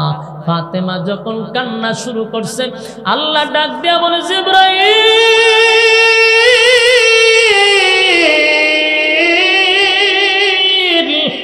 আমার ফাতেমার কান্না বরদাস্ত হয় না রে, ফাতেমার কান্না বরদাস্ত করতে পারবো না, ফাতেমার কান্না বরদাস্ত করতে পারবো না। জিবরাইল আয়েশা বলে, নবী গো মাথা মুবারক তুলেন, আপনার ফাতেমার কান্না আল্লাহ বরদাস্ত করতে পারে না। মাথা মুবারক তুলেন, আপনার যত দরখাস্ত আছে সব আমার মালিক মঞ্জুর করবে। মাথা মুবারক তুলেন, জোরে কান সুবহান। আল্লাহর পয়গম্বর আল্লাহর পয়গম্বর মাথা মুবারক উঠাইয়া এরপরে যখন সিজদার থেকে মাথা মুবারক তুলছে, জিবরাইল কয়, নবী গো কি এমন দরখাস্ত করতেছেন? কান্না শুরু করলেন। আল্লাহর নবী বলেন, জিবরাইল রে, আমি তো দুনিয়া থেকে চলে যাব, আমার আল্লাহ ওয়াদা দিছিল আমি যতদিন দুনিয়ায় থাকব আমার উম্মতের উপরে আল্লাহ গজব দিবে না, উম্মতকে গজব দিয়ে মারবে না। আমি যদি চলে যাই আমার এতিম উম্মতরে খেয়ে দেখবে, যদি আল্লাহ গজব দিয়ে সব উম্মত মাইরা ফেলায়, সেই বেতায় ব্যতীত হইয়া কান্দি যতক্ষণ না পর্যন্ত আমার উম্মতের চূড়ান্ত সিদ্ধান্ত মালিক না দিবে, ততদিন পর্যন্ত আমি কান্না থামাবো না। এবার আল্লাহ বলেন, জিবরাইল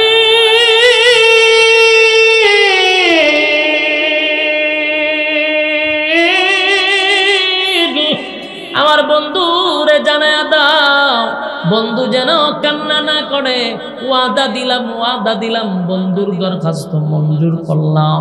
বন্ধু যদি দুনিয়ার থেকে বিদায় হয়ে যায়, এতদিন বন্ধু উম্মতের জিম্মাদার ছিল, বন্ধু দুনিয়ার থেকে বিদায় হওয়ার পরে কিয়ামত পর্যন্ত আমি আল্লাহ বন্ধুর উম্মতের জিম্মাদার হয়ে গেলাম। একটা জবান বন্ধ রাখুন, আল্লাহু আকবার। আর জোরে কোন আল্লাহু আকবার। ঈমানের আওয়াজ দিয়ে বল, আল্লাহু আকবার। আমার নবীর কত মায়া, নবীর কত মায়া, নবীর কত মায়া, নবীর কত মায়া।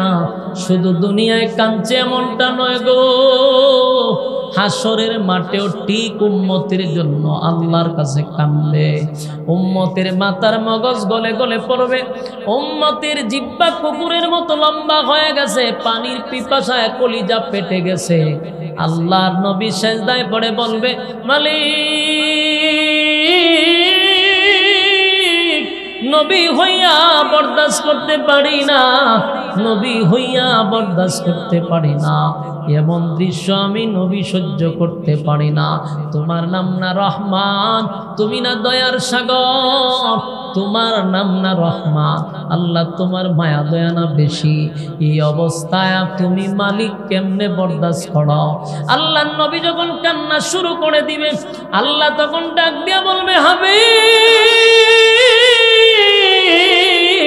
মাথা মোবারক তুলেন গো, এটা আপনার কান্নার জায়গা না, এটা আপনার কান্নার জায়গা না, কান্নার জায়গা না।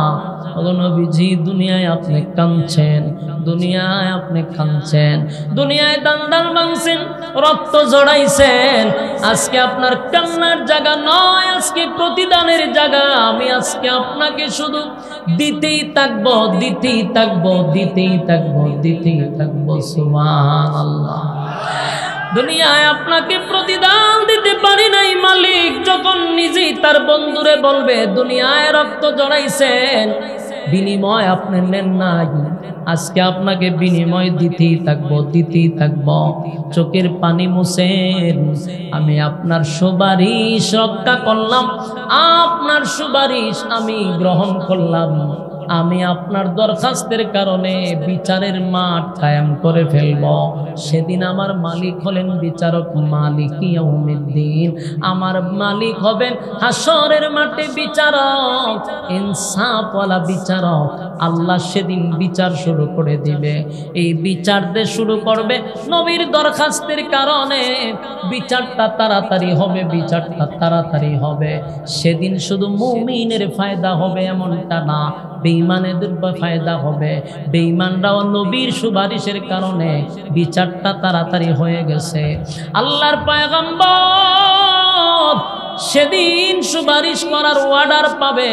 এই যুবক ভাইরা, কেউ সুপারিশ করার যোগ্যতা নাই, সেদিন যদি সুপারিশ করে আমার নবী সুপারিশ করার অনুমতি পাবে। সুবহানাল্লাহ। এই নবী সুপারিশ করবে, সুপারিশ করিয়া জান্নাতে নিয়ে যাওয়ার মতো ক্ষমতা আল্লাহ নবীরে দিবে। সেদিন দুইটা দলে ভাগ হবে। একটা দলকে আল্লাহ, প্রথম তিনটা দল হবে, একটা দলকে আল্লাহ এমনিতেই জান্নাত দিবে বিনা হিসাবে, ইল্লা আসহাবাল ইয়ামিন। বিনা হিসাবে আসহাবে ইয়ামিন যারা, বিনা হিসাবে জান্নাত দিবে, কোনো হিসাব নাই, লাইনে দাঁড়ানো লাগবে না, এমনি জান্নাত দিবে। আর একটা দলকে আল্লাহ লাইনে দাঁড় করাইয়া ডান হাতে আমলনামা দিয়া তারপরে জান্নাতে পাঠাবে। সুবহানাল্লাহ। আর একটা দল বাম হাতে আমলনামা পাইয়া ডাইরেক্ট জাহান্নামে চলে যাবে গো, জাহান্নামের আগুনে চলে যাবে। ইন্না জাহান্নামা কানাত মিরসাদা, জাহান্নাম তাদের জন্য উৎপেতে বসা থাকবে। লিত্তাগিনা মাআবা, সীমা লঙ্ঘন করছে এই জন্য তাদের জন্য জাহান্নাম। লাবিসিনা ফিহা আহকাবা, যুগের পর যুগ সেখানে অবস্থান করবে। লা ইয়াযুকুনা ফিহা বারদাও ওয়ালা শারাবা, তাদের জন্য কোনো ঠান্ডা পানির ব্যবস্থা করা হবে না। ইল্লা হামিমান ওয়া গাসসাকা, তাদের জন্য বিষাক্ত পানি, রক্ত আর পুষ দেওয়া হবে, যেটা টকবগে জাহান্নামের গরমে গরম করা হবে। আল্লাহ বলেন লাবিসিনা ফিহা আহকাবা লা ইয়াযুকুনা ফিহা বারদাও ওয়ালা শারাবা ইল্লা হামিমান ওয়া গাসসাকা, বিষাক্ত পানি তাদেরকে পান করানো হবে। এই বিষাক্ত পানি পান করার পরে তারাও চিৎকার দিবে, আল্লাহ কি চাইলাম আর কি দিলেন, চাইলাম ঠান্ডা দিলেন এমন গরম। আল্লাহ তখন বলবে জাযাআউ মিফাকা, বান্দারে এটা তোর কৃতকর্মের পূর্ণ ফল, এটা তোর কৃতকর্মের পূর্ণ ফল।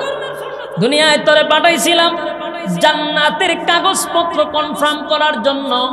দুনিয়া ক্ষণস্থায়ী ক্ষণস্থায়ী ক্ষণস্থায়ী, কিছুদিনের জন্য পাঠাইছিলাম, কিন্তু তুই তো কাগজপত্র বাদ দিয়া দুনিয়ার রং তামসায় পড়ে গেলি, দুনিয়ায় টেন্ডারবাজি শুরু করলি, দুনিয়ায় ক্ষমতা দেখানো শুরু করলি, দুনিয়ায় সুদ খাওয়া শুরু করলি, দুনিয়ায় ঘুষ খাওয়া শুরু করলি, দুনিয়ায় নর্তকী নাচানো শুরু করলি। আমি তোরে এই জন্য দুনিয়া নামক জায়গায় পাঠাই নাই, দুনিয়ায় পাঠাইছিলাম জান্নাতটা তোর নামে লিখে নেওয়ার জন্য। আল্লাহ কয় আমি কি মনে করছ অনর্থক পাঠাইছি? না, অনর্থক পাঠাই নাই।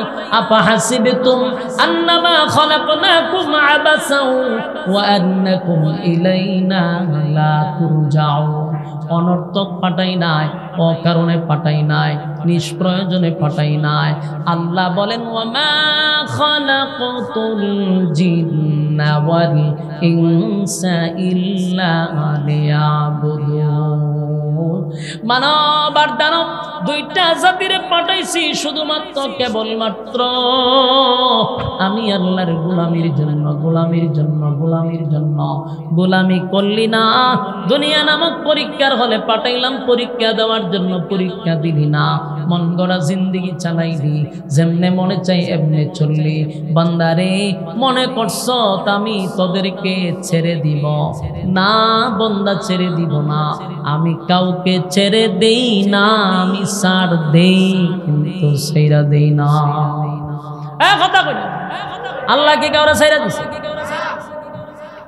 ফেরাউন্নারে ছাড়ছে, নমরুদ্দারে ছাড়ছে, সাজ্জাদারে, ওয়াংশাং সুচিরে, শেখ হাসিনারে কেউ রে ছেড়ে দিছে? কেউ রে ছেড়ে দেয় নাই, বরং ছাড় দিছে। কথা হয় না? যখন বিডিআর রে মারছে তখনও ছাড় দিছে, যখন হেফাজত রে মারছে তখনও ছাড় দিছে, যখন জায়গায় জায়গায় মানুষ হত্যা করছে তখন আল্লাহর দিন দিছে ভালোই জায়গা। হয় না 41 সাল 24 সালে থেকে কয় 41 সাল, হেফাজত মাইরা কয় 41 সাল, বিডিআর মাইরা কয় 41 সাল, যখন যারে মারে খালি 41 সালের যারা দেয়। কথা কন ঠিক? আল্লাহ কয় 41 সাল 41 সাল করছ, কিন্তু 24 সালের ফাঁসি আগত জুতা রেডি রাখছি। বাস্তব না বাস্তব? আল্লাহ কয় অতীত কাউরে ছেড়ে দেই নাই, বর্তমানেও ছাড়ব না, আমি ছাড় দেই কিন্তু ছাইরা দেই না। কথা কয় সবগুলোরে শেষ করছি। এখন আমরা যারা আছি, আবার যারা ক্ষমতায় বসবে, তারা যদি আম্মার থেকে না শিখে, তারা যদি আম্মার থেকে না শিখে, তাহলে বলুন এই জুতা কি থামবো? এই জুতা কিয়ামত পর্যন্ত চলবে। কথা হয় না? এই জন্য এখন থেকে শিক্ষা গ্রহণ করার দরকার আছে না? শিক্ষা গ্রহণ না করলে সামনে কিন্তু এই জুতা রেডি থাকবে। সাবধান, শিক্ষা গ্রহণ করো। যারা ফেরাউন থেকে শিখে নাই, নমরুদের সময় ধ্বংস, নমরুদ থেকে শিখে নাই, সাজ্জাদের সময় ধ্বংস। এইভাবে যখন আস্তে আস্তে একেবারে আবু জাহেল সহ, বুশ সহ, ওয়াংশাং সুহি সহ, এমনকি আমাদের শেখ হাসিনা সহ, এখন বাকি রয়েছে গুজরাটের মোদি। দাদা বাকি রয়েছে, দাদা, দাদারও সাইজ করবে। কথা কয় না? দাদারও একটা পতন হবে, ও চিরি হবে, লিখে রেখে দেন। কারণ শেখ হাসিনা যে সময় বাড়ছিল সবাই খালি কইছে এই দিন দিন না, আরো দিন আছে, কিন্তু এ মনে করছে 41 সাল। দাদাও বেশি লাভ পাইতেছে। দাদার সমাধান হবে গাজওয়ায়ে হিন্দিয়া। কথা বুঝতেছে?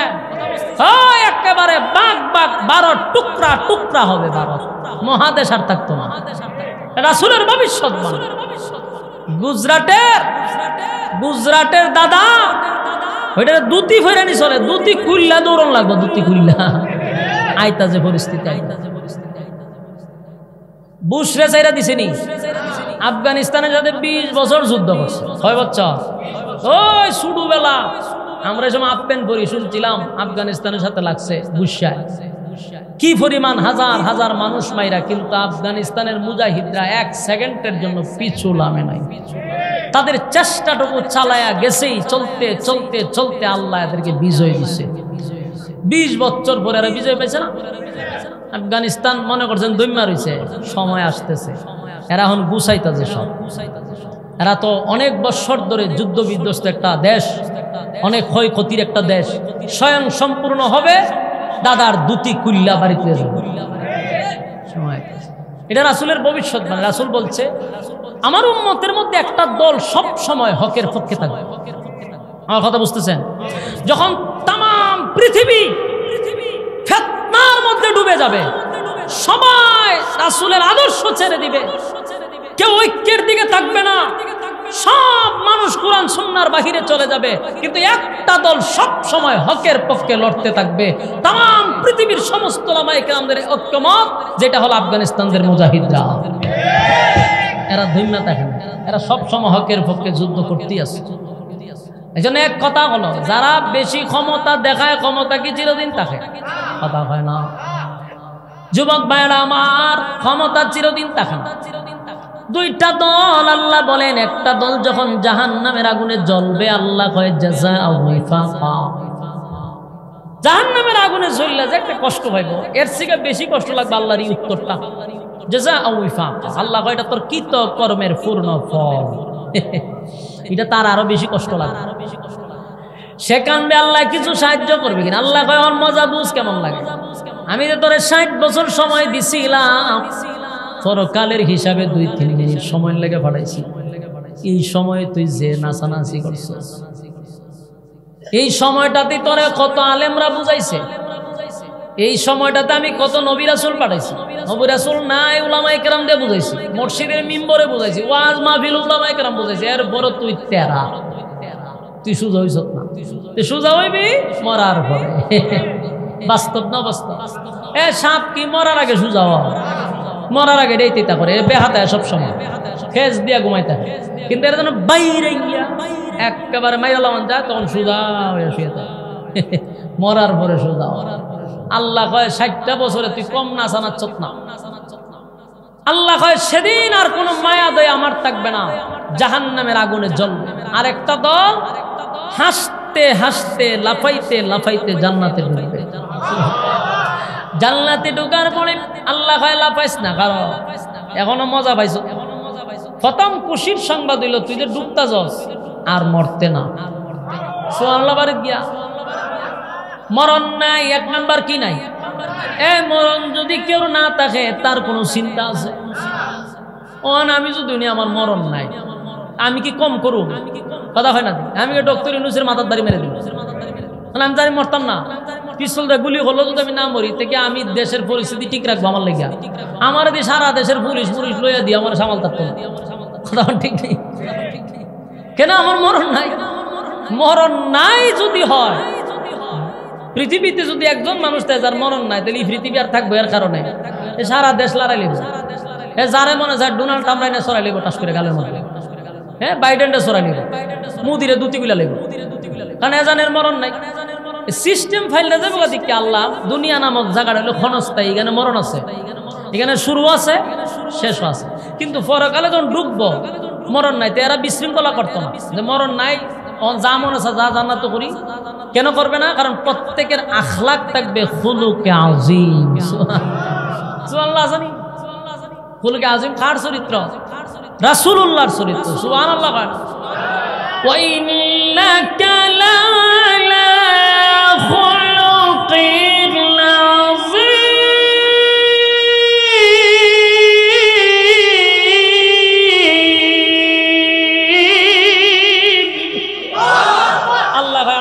চরিত্র একমাত্র আমার রাসূলকে দিছি, যেই চরিত্র জান্নাতের ভিতরে প্রত্যেক জান্নাতি থাকবে। সুবহানাল্লাহ। এলে মরণ যে না, আমরা তো ঝগড়া ঝগড়িও করতো, মারামারি করতো না। আপনারা বামনবাড়ির মতো ডেড়া মেডা লই আলাম বাপরে বাপ, বামনবাড়ি আলো কেউ রে ঠেলা দিলে কয় রে ফুকগার মানুষ কই তোরা, হে কয় ফসিমগার মানুষ কই, আয়ে এমনি বললাম দিয়ে মায়ের শুরু করে দেন আপনারা। কিন্তু জান্নাতের ভিতরে আপনারা যদি বামনবাড়ির কেউ মরণ না থাকতো বুঝুই নাকি তা হইলে কথা পুরা 52 শহরটারে বললা আইন নন্দনপুর ফালাই দিল, সব ভাঙ্গে দোলা করিলা। 52 কোনো শহর থাকতো না যদি এর মরণ না থাকতো, সব বনার সব থাকতো, উইরা ভাইরা সব শহর ভাঙ্গে লেগে। কিন্তু জান্নাতের ভিতরে যে মরণ নাই, মানুষ উশৃঙ্খল হবে না কেন? আযীম চরিত্র। কথা হয় না? রাসূলের চরিত্র থাকবে জান্নাতের ভিতরে। সুবহানাল্লাহ। বিশৃঙ্খলা নাই, সবার চরিত্র এক, আযীম চরিত্র। সবার সৌন্দর্য থাকবে ইউসুফ নবীর মতো। ইউসুফ নবীর আল্লাহ তাম পৃথিবীর অর্ধেক সুন্দর ইউসুফ নবীর দেলাইছে। এরকম সুন্দর থাকবেন জান্নাতের। খুশি নি আপনারা? লম্বা কমপক্ষে 60 হাত। সুবহানাল্লাহ। এখন কেউ খাটো, কেউ লম্বা, কেউ মাঝারি। পৃথিবীতে যতটা মানুষ আইছে, কেউ রে আল্লাহ ফাঁসও মতে দেয় নাই। কোনো না কোনো দিক দিয়ে মানুষকে দুর্বল রাখছে। কথা হয় না? দিক যত সুন্দরী হোক দেখবেন এর কোনো দিক দিয়ে দুর্বল আছে। একটা মানুষকে আল্লাহ স্বয়ং সম্পূর্ণ করে নাই, কোনো না কোনো দিক দিয়ে দেখবেন এর অবশ্যই একটা দুর্বলতা আছে। লম্বা, সুন্দর, সুটাম দেহের অধিকারী, সব ঠিকঠাক আছে, কিন্তু বেচারা শিক্ষাগত যোগ্যতা নাই। কলম নাম লিখতে গেলে কলম 3টা বাংলা, ঠিক নেই? আবার দেখবেন উচ্চ শিক্ষিত একেবারে বাহিরতে পড়ালেখা করে সব দিকে আছে, কিন্তু সেরা এমন অবস্থা যে নাক একটা আরেক দিকে গেছে, চোখ একটা অন্য দিকে গেছে। সেরা চোখের বেশি সুবিধা না। আমার সর্বদিক দিয়ে আছে, কিন্তু বেটা খাটো। আর নাইলে আমার মতো এরকম ক্যাঙ্গারু শুকনা একটা না একটা সমস্যা আছে না? না সবাই কেউ স্বয়ং সম্ভব মুড আছে, চিন্তা করে যে আমি যদি একটু চিকন হইতাম শরীরে স্বাস্থ্যটা কমতে ভালো লাগলো। আবার আমার মতো চিকন যারা আমি 3-14 বার জপি আল্লাহ একটু স্বাস্থ্য বাড়াই দেয়, আমি চিন্তা আমার স্বাস্থ্যটা বাড়ো। আবার যারা বাড়ছে এরা একটু কমুক, বাস্তব না বাস্তব। কিন্তু জান্নাতের ভিতরে এমন কোনো আফসোস বলতে কিছুই থাকবে না, কারণ বডি হবে সাইডা, সুন্দর হবে ইউসুফ নবীর মতো, চরিত্র হবে বিশ্ব নবীর মতো, কণ্ঠ দাউদ নবীর মতো। দাউদ নবীর এক কণ্ঠ দিয়ে 70 রকমের আওয়াজ বাড়িব। সুবহানাল্লাহ আওয়াজ বোঝা যায় আপনার, আর যে বিশ্বাস হইল আচ্ছা পঞ্চান হুজুরেরা সুবহানাল্লাহ আওয়াজ বোঝা যায়, যে হুজুরের কথা বিশ্বাস হইলে হইতেও পারে, বিষয়টা এরকম বোঝা যায়, আওয়াজে কয় এক কণ্ঠ কার মতো হইব। এমন যে বইয়াবি আফসোস করেন যে রুলানের মতো কণ্ঠটা হইলে ভালো আছে। কণ্ঠ হবে দাউদ নবীর মতো, কণ্ঠ একটা, কিন্তু আওয়াজ বেরোবে 70 রকমের। সুন্দর ইউসুফ নবীর। প্রত্যেকটা নবীর গুণ জান্নাতের ভিতরে থাকবে। সুবহানাল্লাহ। জান্নাতীরা জান্নাতের ভিতরে যাবে, জাহান্নামীরা তো জাহান্নামের আগুনেই জ্বলবে। একেবারে নিম্ন স্থলের জান্নাতি কেউ আল্লাহ এই পৃথিবীর 10 পৃথিবীর সমান জান্নাত দিবে। 10টা পৃথিবীর সমান জান্নাত পাবে।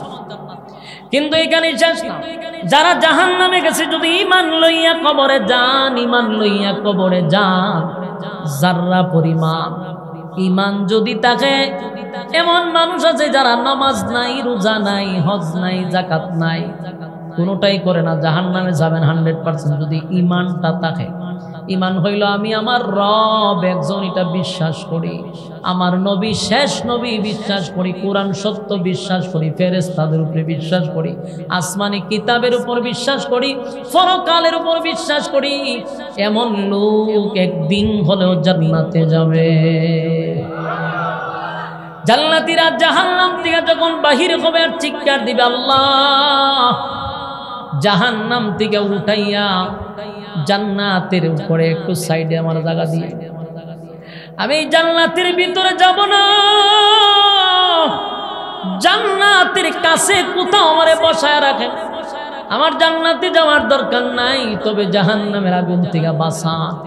আল্লাহ তারে উঠাইয়া জাহান্নামের পারে বসায় রাখবে, এখন তার আগুনে জ্বলে না, বইয়া বইয়া দূরে ছায়া দেয় জান্নাতের একটা আবাস বাতাস দেখা যায়। তখন কইবে আল্লাহ ওই যে এত সুন্দর সুন্দর জায়গা, গাছ গাছালি কি কয়টা জান্নাতের একটা বাগান মনে করতে পারো, করতে লেগেছে একটা কাজ করেন না, আমার উদাহরণে বয়তরা লিখিতে হবে। আল্লাহ তুই না কইছিস দিগানো বইতে, দিগানো তো বসাইছি না, এই গানও বসাইলে আর জীবনও কইতাম না সামনে যাওয়ার কথা, একের গান পর্যন্ত নিয়ে আমার বসাইতে রাখে, আর কোনো সাউন্ডই করতাম না। আল্লাহ কথা ঠিক থাকবে 100%। তারপরে আল্লাহ তারা নিয়ে ওই বাগানের মধ্যে বসাই দিল, অনেক বাগানে বইয়া বইয়া কতক্ষণ আরামে থাকবো, চিন্তা করবো ওই সামনে একটা গেট দেখা যায়, দেখি আল্লাহ হইলে জান্নাতের গেট। কাল্লা আমি তো বলছিলাম কেমনে কই আচ্ছা যান শেষবারের মতো গেটটার কাছে নিয়ে বইবেন। আল্লাহ তুই না কইস গাছের গুড়াত বয়ে থাকবি, কথা তো লড়াইতেছ, কই যে জান্নাতের গেটটা দেখা যায়, ওয়াদা দিলাম আর বলবো না, শুধু জান্নাতের গেটের ভিতরে বসায় আনেন, দরকার না খালি গেটের গুড়াত আমার বসায় করা, আর কিচ্ছু কইতাম না, চাইতাম না। আল্লাহ কয় ঠিক আছে, আবার নিয়ে বসাইছে জান্নাতের গেটের সামনে, এখানে বইয়া বইয়া জান্নাতের গেট দিয়ে ভিতরে জানে কিরকম, এর ভিতরে চিন্তা ঢুকে গেছে যে বাহিরটা যদি এত সুন্দর হয়, তখন আবার উপরে ছায় ছায় আল্লাহ, তখন কিছু কইবি কইতাম বসাইছেন তো গেটটার পুরি, এখানে বইয়া তাও ডেকাতে ভিতরে ফেলা দিলি তাও।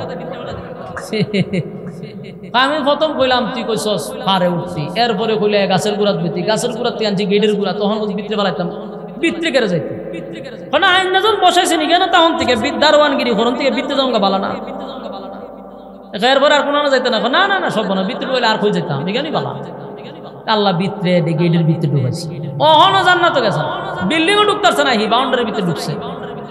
বাউন্ডারির ভিতরে ঢুকে তো বেচারা আরো খুশি, সব বনাস, এটা কি দেখতেছে, এত চমৎকার, এটা কি দুনিয়ার সৌন্দর্য?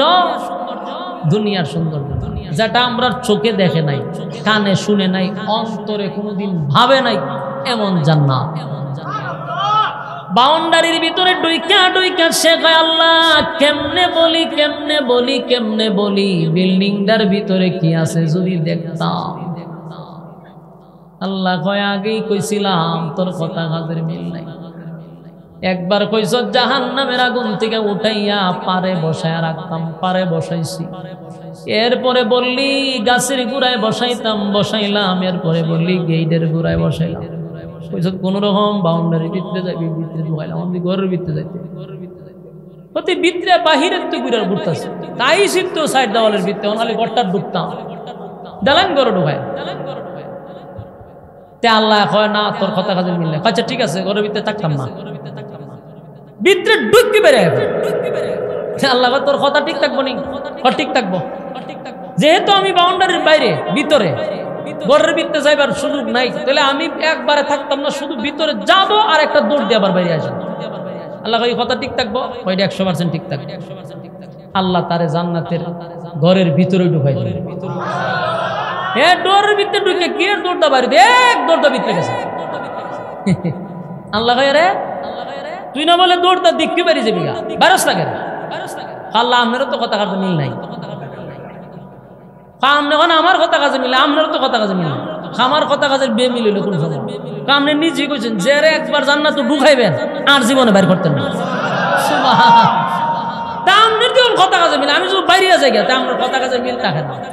আল্লাহ খুব সালাক, এটা মানে বাড়ি হলো বাউন বেড়া, কথা ঠিক নেই, বাউন বেড়া ছাড়া এরকম হতো না। হে ভিতরে ঢুকে আর বাইরে দূরের কথা, একটা মেন গেছে জায়গা গিয়া হয় এখন বাইরে কথা তো কইল না, কারণ কইলে আপনার কথা মিল থাকতো না। আজ আর বেশি আলাপ করি না, আপনি নিজেই কইছেন জান্নাত ঢুকলে আর কেউ বাইর করতেন না, আমি ঢুকছি আর বাড়িতাম না। জান্নাতীদেরকে আল্লাহ জান্নাত দিবে আর জাহান্নামীদেরকে জাহান্নামের ভিতরে রাখবে। এখন আপনি আমার সিদ্ধান্ত, আপনি কোনটা যাবেন? কথা কই না যাইতেন নি জান্নাত? এখানে বইয়া বইয়া না, আমাদের কাগজপত্র করে নিতে হবে। এটা কি আপনারা রাজি? আল্লাহ আমাদের বুঝার এবং মানার আমল করার তৌফিক দান করুন সকলে বলে আমি। বিশেষ করে আমাদের প্রবাসী ভাইদের জন্য আমরা দোয়া করব। কবরস্থান এখন এখানে যত কবরবাসী আছে, তারা যারা মারা গেছে তাদের জন্য মুর্দাগানের জন্য বিশেষ করে অনেক প্রবাসীরা আমার কাছে ফোনে দোয়া চাইছে, আমরা তাদের জন্য দোয়া করব। দুরূদ শরীফ পড়েন, আল্লাহুম্মা সাল্লি আলা মুহাম্মাদিন ওয়া আলা আলি মুহাম্মাদ কামা সাল্লাইতা আলা ইব্রাহিম ওয়া আলা আলি ইব্রাহিম। ইনতা ওই সিস্টেম ভালো রাখেন, এরপরে কইেন এসব বুঝছেন নি? আল্লাহুম্মা আস্তে তো আমি কিতাব বলতে আমার জান বেরিয়েছে। আমি যে 1.5 ঘন্টা বয়ান করছি, এটা মাটি কাটছি কেন? প্রাণের নবী শুয়ে আছে সোনার মদিনা, বছর গড়ে বছর এলো যাওয়া হলো না। প্রাণের নবী শুয়ে আছে সোনার মদিনা, বছর গড়ে বছর এলো যাওয়া হলো না। নবী তোমার প্রেমে দিওয়ানা, নবী তোমায় ছাড়া বুঝে না পরাণ। আমি যত দিনেই বাঁচব দৌড়াই গাইব তোমার শান। আমি যত দিনেই বাঁচব দৌড়াই গাইব তোমার শান।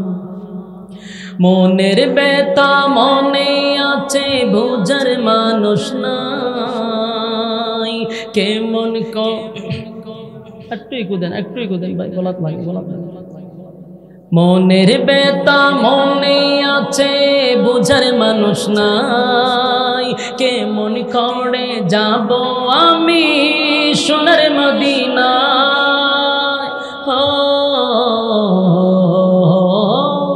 মনের ব্যথা মনে আছে, বোঝার মানুষ নাই, কেমন করে যাব আমি সোনার মদিনায়।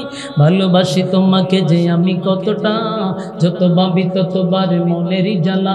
নবী তোমার প্রেমে দিবানা, নবী তোমায় ছাড়া বুঝে না পড়ান। আমি যত দিনেই বাঁচব দৌড়ে গাইব তোমার শান।